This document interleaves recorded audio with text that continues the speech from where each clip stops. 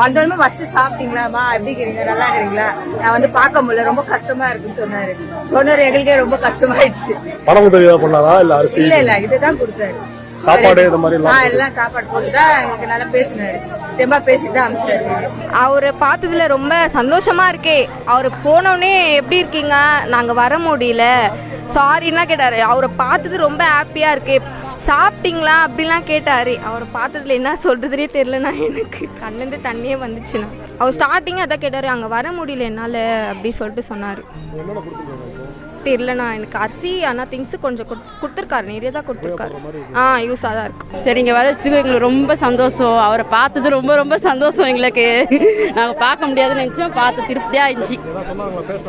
பேசினாரு, நல்லா பேசினாரு, சொன்னாரு நல்லா கவனிச்சாங்க, நல்லா இருந்துச்சு.